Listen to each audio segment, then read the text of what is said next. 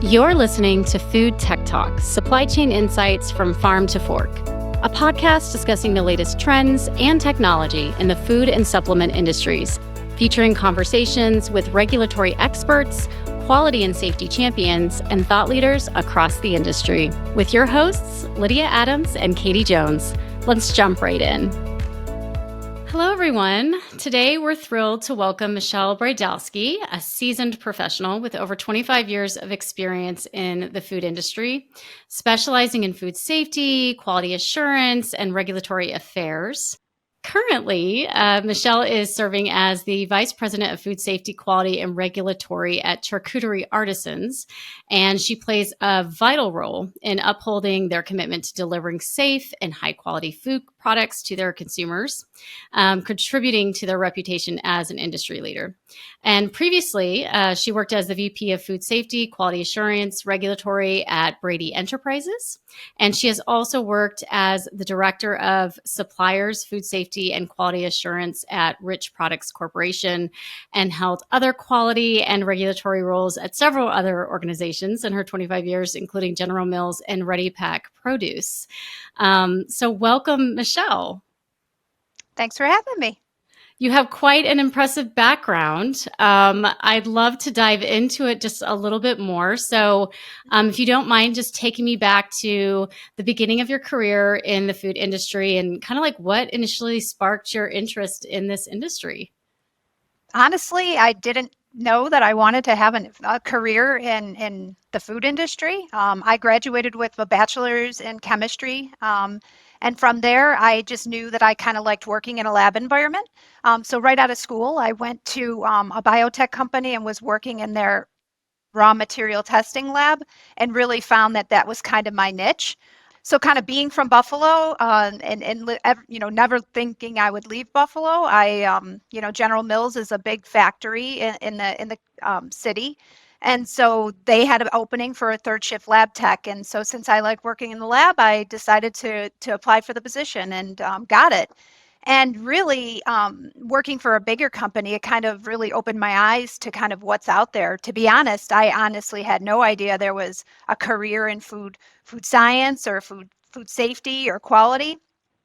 I just kind of liked working in the lab. And so started there as, like I said, the third shift lab tech, and just was working with my boss and saying, hey, I'd like to learn more and do more. And it really just kind of sparked my interest in it and my passion and drive for kind of making great product, consistent product, doing what's right for the customer. And yeah, that's kind of where it started off and kind of how I got my career going.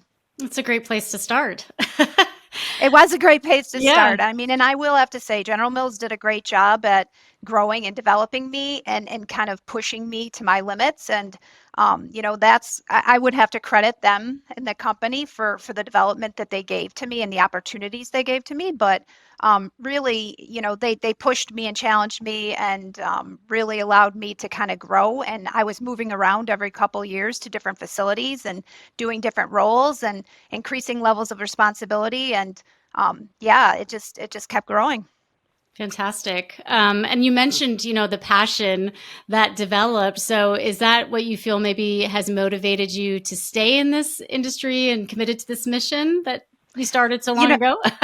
Yeah, I know. For me, really, I love the idea of being the advocate for the customer and really being passionate about protecting the customer. That kind of has always resonated with me.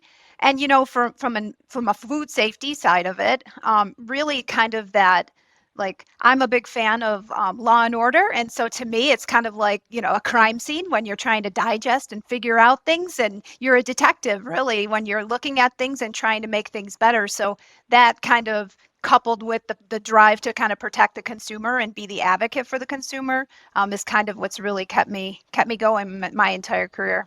I love that. That's awesome. And so in your current role as Vice President of Food Safety, Quality, and Regulatory at Charcuterie Artisans, what do you think is, the most fulfilling, or how do you fulfill that passion there in your current role? Right now, in my current role, I would say, obviously will still always have that drive to protect the consumer and the customer.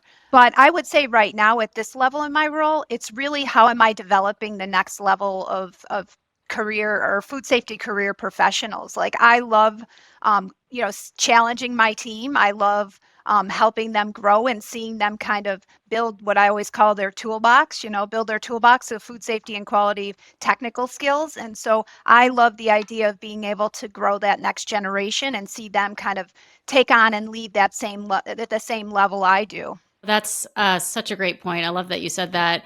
And I know we're going to get into pathogen recalls today, but one last question for you. So, can you tell us about Charcuterie Artisans and kind of what the company does and any kind of fun, exciting things going on there? So, Charcuterie Artisans, we are an Italian dry cured meat producer. So, we make things like Italian prosciutto, salami, sopressata, mortadella, coppa.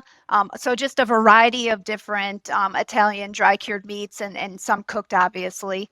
So basically anything you're putting on your charcuterie board, the meat wise, is something that we make. And so, it's been a really great adventure working here. I'm coming up on 3 years now, and really for me, I will have to say the process by which you manufacture this product is probably the most technically complex that I've had to work with. So for me, that's been awesome to continue to learn and grow my own technical skill set.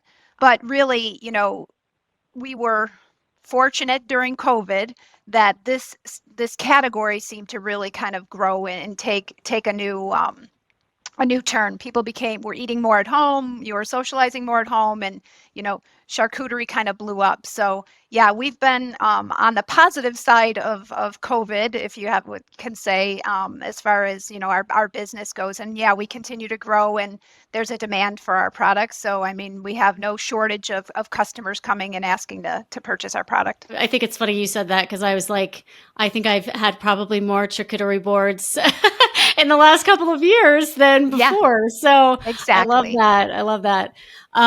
Okay, so I know you have a lot of expertise in this area we're about to discuss. So let's dive into pathogen recalls. It's a pretty big deal in the industry right now.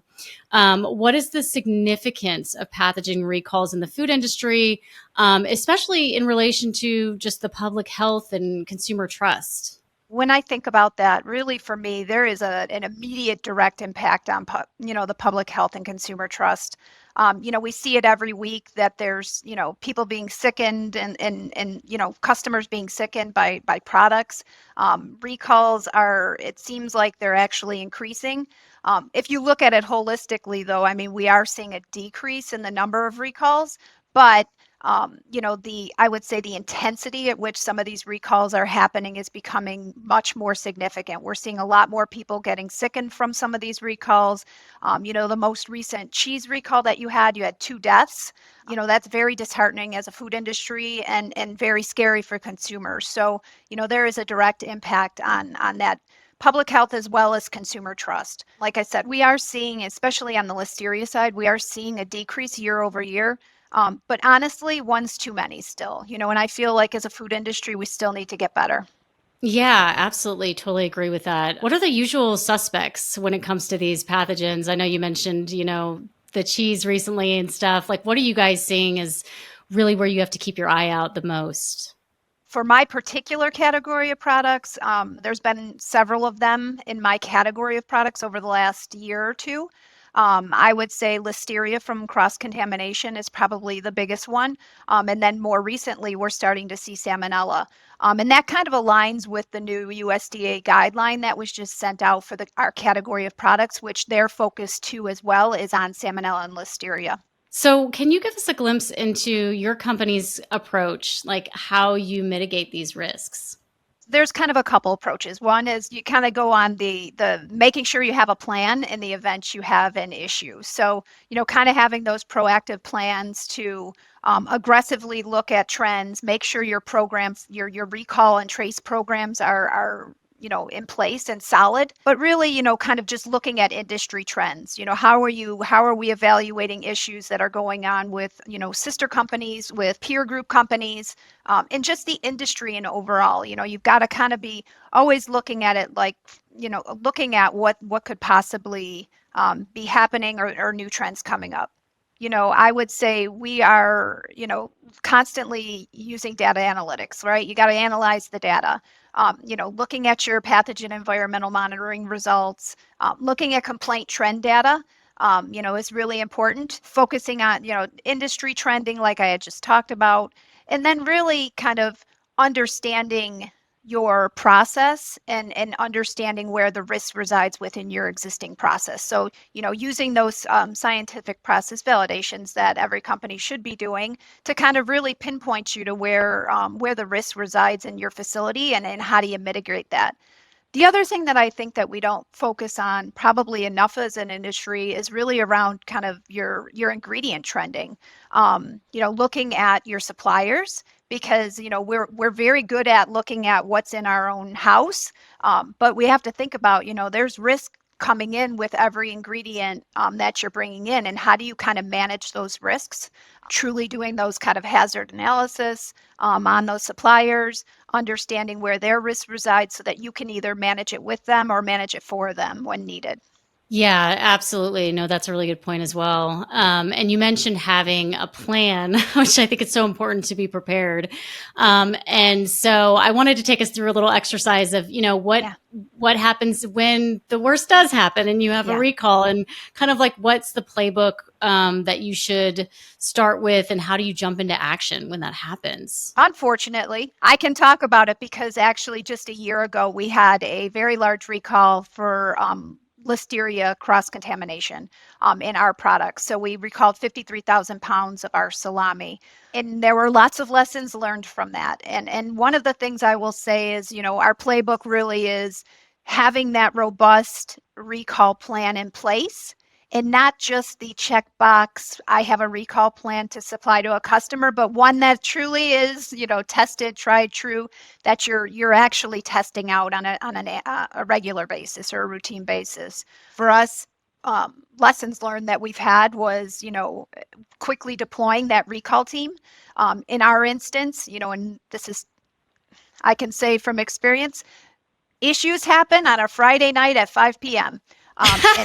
Yeah, always. And that's when this happened. So we were kind of having discussions with USDA on Thursday night. We were having a little bit more on Friday, and then Friday came, and then Saturday came, and then all of a sudden now it's, you need to do a recall. And of course we had to initiate this recall on a Sunday.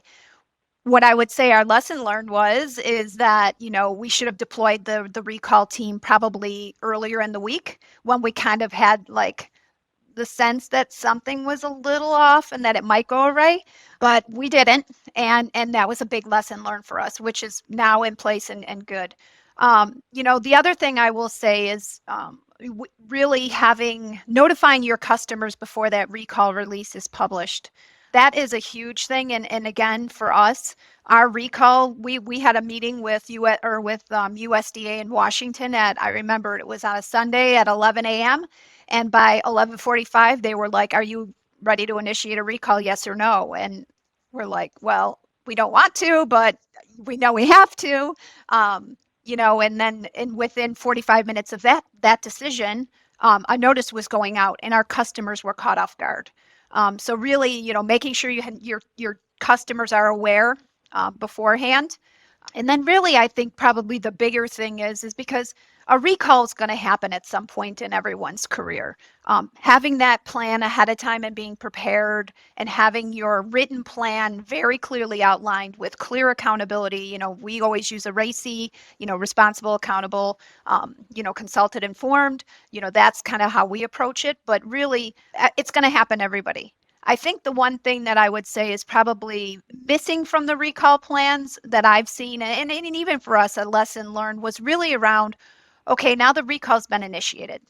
how do you handle it after? It's kind of that onslaught, right, of questions and do you have your customers are calling you, your consumers are calling you, people are very concerned, and being prepared to kind of mitigate that, the onslaught of audits that comes.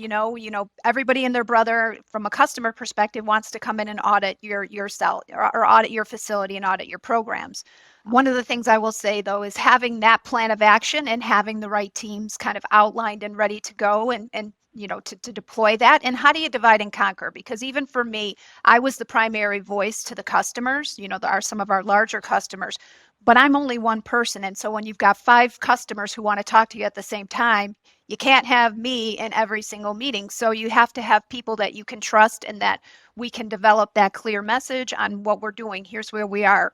Here's what happened. Here's what we're doing to mitigate the risk is really important. And then more importantly, I will say, during the event, people tend to, get defensive in the facility. You get a little defensive. You feel like, okay, now I'm having to share everything. The one thing I will say, though, is transparency wins with the customer. If the more transparent you are, the better they're going to feel about what you're doing and how you're working with them. And so really, transparency does win. Yeah, I love that. I think that's the sound bite of this of this episode. Yeah, I absolutely agree with that. And I think it's really important what you were talking about with the communication. Yeah. This is a situation where it's kind of all hands on deck because everyone wants to know everything. Yeah. And so having that in place as to, how you're going to address those concerns is so super important. And then, in terms of like traceability systems and technology, that's a lot of, what we speak about at Trustwell. And so how does that play in for you guys, and how do you use technology in this, recall situation? That has to be the number one most critical part of a recall plan is your traceability system, right? You have to be able to have a system where you can access the information quickly and that the information that you're accessing is accurate. For us, at the point a year ago when we did our recall, we had a system that was not ideal, I will say, and it resulted in us having to go back to USDA and add additional product into our initial recall. Again, that doesn't make customers feel well. So having a robust traceability system and program in place that you can trust the data is really important. Even more important is testing that program frequently and not just checking boxes, right? Every customer wants us to do a trace exercise, a few times a year within a certain amount of time. I will say, testing those systems and actually taking your most difficult thing to do, because you want to do that when you're doing it yourself so you can find out where all the holes in the system are. You do not want to find out where all the holes in your system are when you're in the middle of a recall. I can speak from experience on that. I think that's a really good point. It's not just about the technology, but using that Correct. to, test and do the mock recalls and make sure that you really are prepared in your plan, in your technology, in your communication. So yeah, thank you for sharing that. That was very helpful. And kind of switching gears a little bit. So, when it comes to keeping RTE products safe, environmental controls are also essential. So can you explain why they're so crucial to maintaining food safety and maybe how you guys have approached that in the past? I will say it is very critical. In most instances, it's not the actual food that's contaminated, it's the environment that's causing cross-contamination, which is the whole premise behind like your pathogen environmental monitoring program. So really kind of how are you constantly monitoring your environment to stay ahead of those cross-contamination risks? Assessing your people and what I found doing some behavioral observations where I just stand in a room and stand there for 2 hours, which people get freaked out when I do that. You'll learn a lot. You'll see how your people are reacting. You'll see the things that they're doing. You'll be able to quickly evaluate your traffic patterns. How's equipment coming in and being used throughout the room? And then how are we managing sanitation in those rooms? So, really, it's never, I shouldn't say never. Most times it is not the product that is causing the issue. It is a cross-contamination risk that's causing the issue. So really, in managing your environment. And it's not just, oh, make sure the floor is clean, or, it's really holistic. You have to kind of take that step back and really look at your operations from start to finish, separating your raw and ready to eat, understanding and having a clear understanding of where that post lethality point is. If you have a lethality point, in our instance with the products we make, it is not a lethal process. So, it expands your scope of where you're looking at where risk could be introduced. So I would say that that's probably one of the key thoughts that I have when I think about that. And then really kind of understanding the sanitation portion of controlling your environment.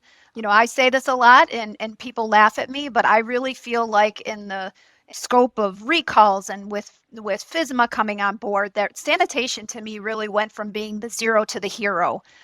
I don't know that the industry has fully embraced that yet, how critical sanitation really is. I mean, we still kind of throw sanitation on third shift. They're generally the least paid people in the facility when in reality it should be flipped.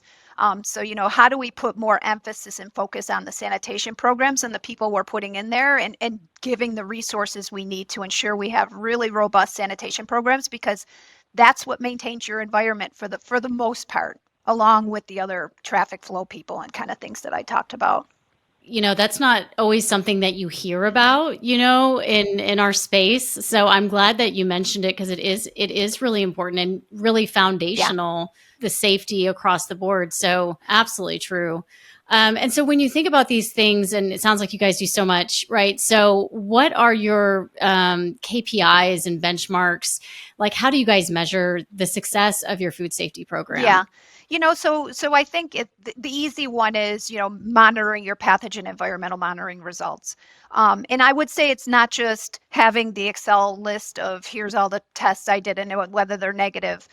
I really am a true advocate of having them mapped out, kind of looking at it, taking a step back and really looking at a map and understanding where you're seeing your positives, both not only on your routine program, but on any non-routine testing you're doing as well. So that's probably the first and foremost.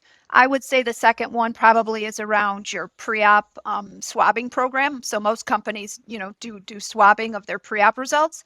I like the idea, and we do this here at Charcuterie Artisans, where we overlay the environmental results with the pre-op results. And it's interesting because when you see pre-op results trending up, we also see the regulatory results coming over. So it's really eye-opening and really good data to show people who aren't necessarily in the trenches like, we are in food safety and quality.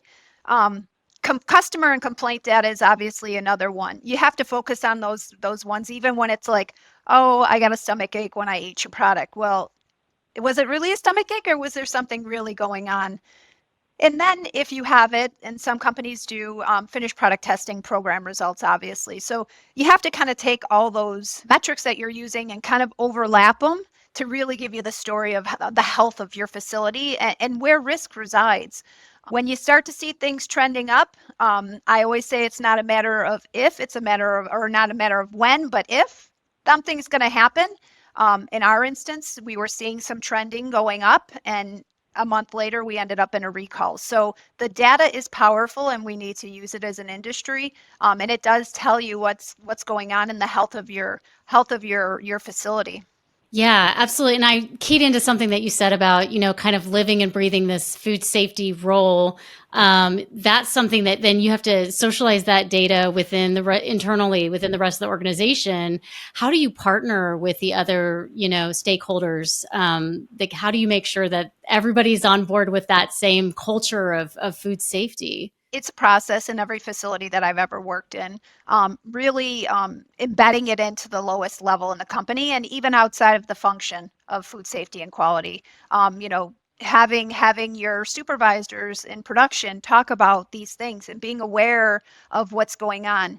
It is scary to do as a food professional to share and open up all these results, because sometimes they're not pretty, and it's very nerve-wracking to share some results at times. But what I have found in in my career is that, again, transparency wins, right? If you're sharing with the people throughout every function within the facility what's going on, what they can do to impact it, over time they start to learn, and then they become proactive, where now they're actually advocates for it and are saying, hey, we think we might have a problem over here. It's particularly difficult to train and get people. It's around the whole food safety culture, right? It's hard to build people up to this when they're dealing with something that they can't see. If I was talking about broken glass in a facility because of, pay attention to your light bulbs, it's easy because you can physically see the glass. You can't see these pathogens. And so teaching them how to think and behave, and then sharing that data with them so that they can share it with their team and empower their teams to feel like they have a say in it, really has been successful for us.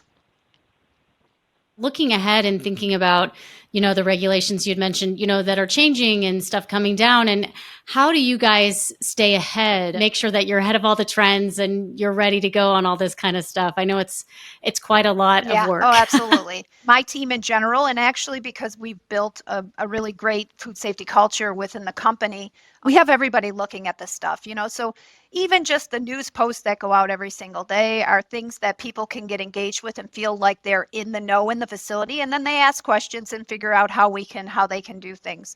My team in particular, we're involved with trade organizations.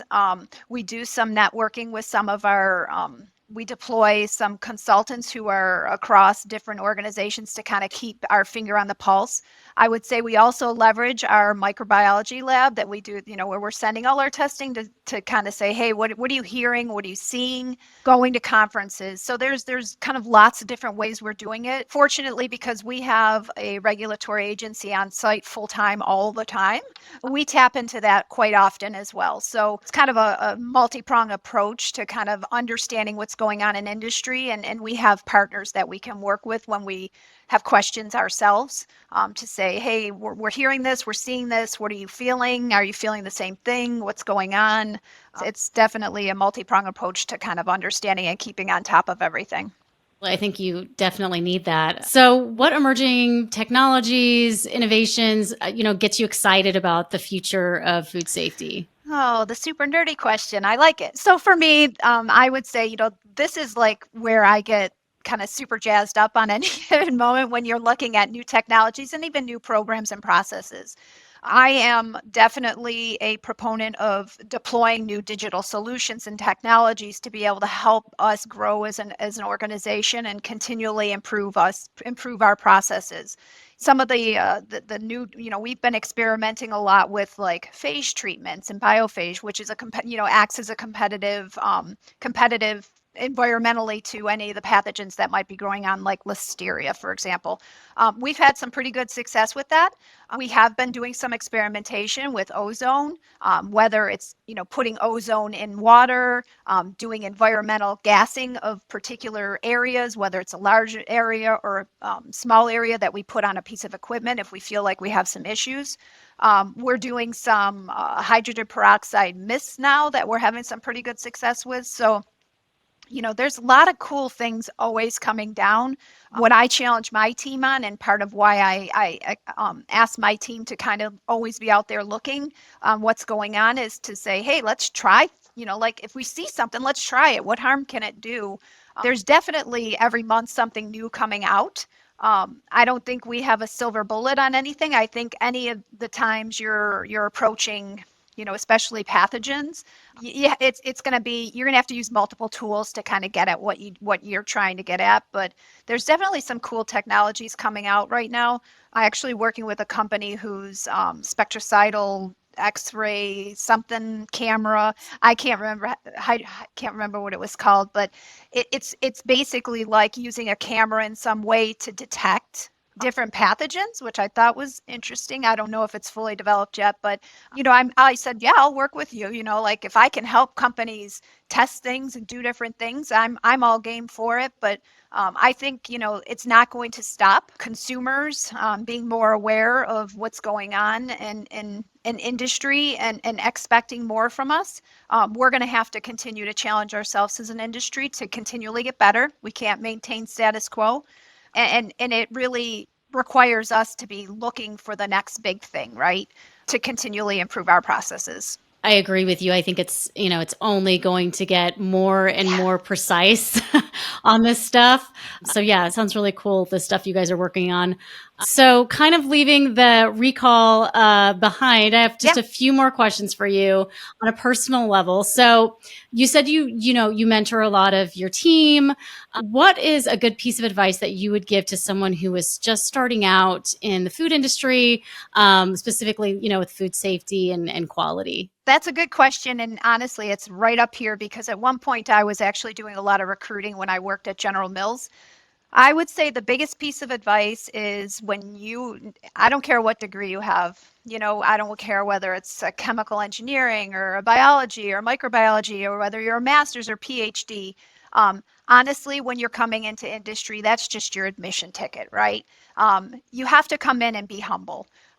Respect the people who are actually working in a facility because they have a lot of good boots on the ground kind of knowledge, right? So there's the science and then there's the practicality and here's what's really going on or here's what I could help you with.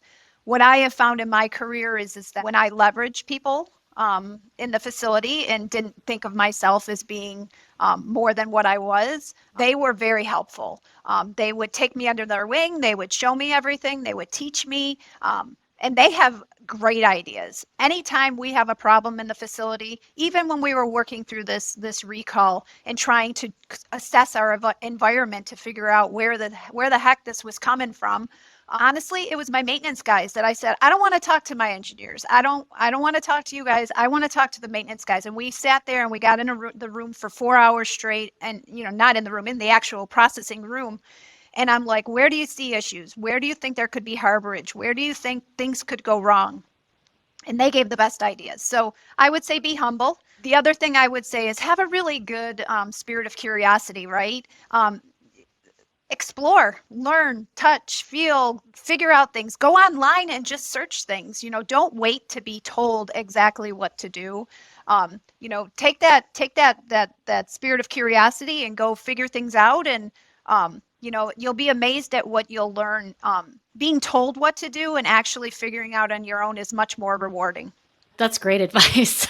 I think it's great advice kind of for anybody, especially starting a new career. But yeah, I love that. Okay, one more question for you. So, who out there in the food safety world would you love to go to lunch with? For me, I would say it's Dr. Weidman at Cornell. I love listening to him talk. I love his approach. He's just very matter of fact. It's the microbiology part of it for me, which is kind of where I nerd out, that I really, really like. And so I love listening to him and listening how, like when whole genome sequencing was coming on board and listening to how he interprets that and how we can use that data and how he's working with industry and regulators to kind of use the data. For me, I really enjoy listening to him, and I've had the opportunity to actually go to lunch with him a few times. I mean, every time I go with him, it's amazing, and he just kind of humbles you back down and really gets my wheels going. So I really love spending time with him. And like I said, I did a couple times, but it's been a long time. So if I could do it again, I'd do it again soon. Awesome. That is great. Is there anything else that we didn't talk about that you wanted to share? Any other stories, insights for our listeners? What I would say is when you're thinking about, this issue of environmental pathogens, really, we have to get out of our sandbox of just checking boxes, right? When you're putting together environmental monitoring program, a lot of companies, mostly because when I was at Rich Products, I was in charge of over 5,000 raw material suppliers and 150 contract manufacturers. They're putting programs in because they're being told to put programs in. We need to put programs in because we want to do the right thing and we want to find things in our facility. We really need to build those programs on a seek and destroy, with a seek and destroy approach. I don't know how many companies that I've gone into when I was doing audits or just working with them, and they'd say, well, we've had no findings for the last 5 years. To me, that's a red flag. I'm like, and I would say that to them and they would, kind of be taken back. And, really, you should be finding things. Now, should you be finding things every single time you swab? Absolutely not. But you should be finding things occasionally. No processing environment is clean. Every day is a new point in time. And so, yes, you clean and your facility's clean, but the minute people start walking in there, or equipment comes in, or tools come in, or carts come in, now you're introducing the potential for pathogens to enter in your environment. So every day is a new day. So we really need to kind of take that seek and destroy approach to that. It's not only that, but when we're doing sanitation, when you look at your sanitation program, again, not a checkbox activity. We should be taking the approach of looking at getting our equipment at each sanitation cycle back to basic conditions. So how do you take everything down to the lowest level and maintain it at that level? Because that's when harborages and niches come into play. And then, like I had talked about earlier, I would say I challenge everybody to do some behavioral observations in your facility. Go into an area, and I know we do monthly self-assessments, but go into an area and just stand in one spot for at least an hour. You will be amazed at the risk you will identify quickly. And then that helps you get better and helps you build your programs. And then you can focus on those particular areas that you've identified to help grow and continue to educate your team. And that's the whole spirit of food safety culture. Right. And it can always be improved, right? Yeah, absolutely. It's always a continuous improvement cycle. Yeah, awesome. Yes, thank you for sharing that. And thank you so much for coming on, Michelle. I've learned so much from talking to you. I really appreciate it. Yeah, I appreciate being on. Awesome. And thanks to our listeners. And we'll definitely catch you next time on Food Tech Talk. And until then, I hope you have a good rest of your day. Thank you. Thank you for joining us for another bite-sized nugget of Food Tech Talk, supply chain insights from farm to fork. To learn more about Trustwell and its technology platform that connects product formulation, nutrition analysis, and compliant labeling with traceability, recall readiness, and supply chain transparency, please visit www.trustwell.com. Thanks for listening.